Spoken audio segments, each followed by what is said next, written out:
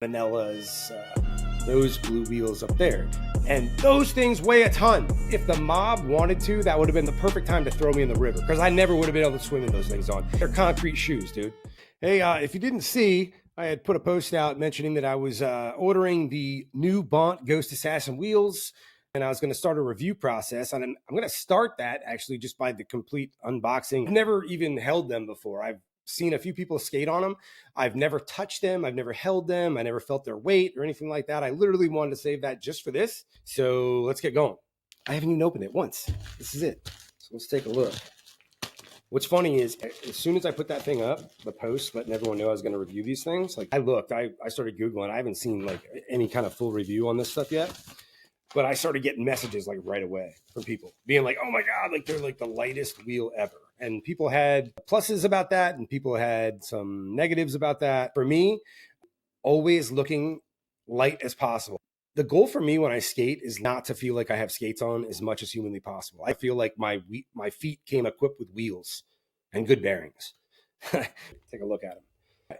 So right out of the box, clearly they're definitely light.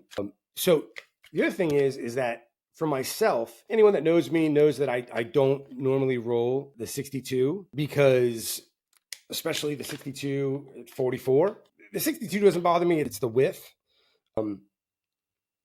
I don't want to scratch my hub, but it's the width, right? Because my footwork's really, really tight. It spells disaster for me. So I love doing a 59-38. But what I am going to do is I'm going to roll these in their original size, how they come, just for the review process. But then I will be sending these to Nathan Edwards at Anything Machine to have these cut down to the size I like. I know some of you guys are like, what? It's sacrilege and blah, blah, blah, blah, blah. Whatever. And the other thing is I want them to round these edges because I got a funny feeling that if I don't round these edges, I don't know. That is a straight line right there. That's the first thing I noticed right off the bat is you've got a super straight edge.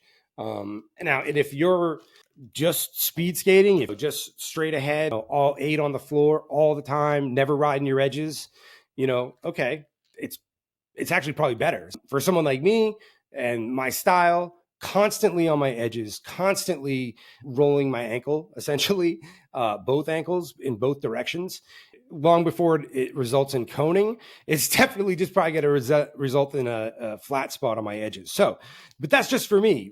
I wouldn't say that I'm super unique, but, but right out of the gate, I mean, they are super light. I mean, I will say that. They are super light. When I first got back into skating, I had a full setup out of the box, Vanillas. They were like the freestyle remix. And they came with those blue wheels up there. Those are the same size, but they're like a 92 hardness. And those things weigh a ton, okay? They weigh a ton.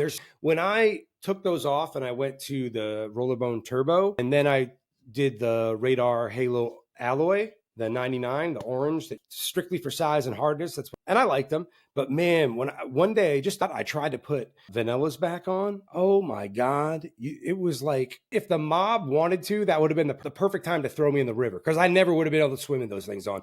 They're concrete shoes, dude. That's exactly what it is. They're so heavy. But so right out of the gate, these things are super, super light. Exactly what I'm looking for. I love that. I've heard a lot of mixed things about these. I will say, before I even roll on these, okay, regardless of what my final opinion comes out to be, I've been waiting to say it. I really haven't gone on a record about this. As somebody that came back and just didn't know about what the best available options were, it was really interesting because I noticed that a lot of the mentality hadn't changed among skaters, where it was like, my question would always be, I'd go into a group or forum or something like that. And I'd be like, hey guys, plate setup, 45 degrees. What's the lightest, most durable, strength-based, thing, can withstand jumping and slamming. You could tell that the mentality was still just like, well, you just can't look for that. You're not going to find that. That's just not how it's done. You have to have a Snyder Imperial that weighs more than 4 average trucks combined or 4 plates combined. And that was discouraging from the perspective of the technology as far as material and product. has definitely come far enough. And people are watching this right now and they're like, well, it's the reality of things and blah, blah, blah, blah. No, that's not how it has to be. So why do I bring that up? I have to give a ton of props to Bont. Everything that I just went through.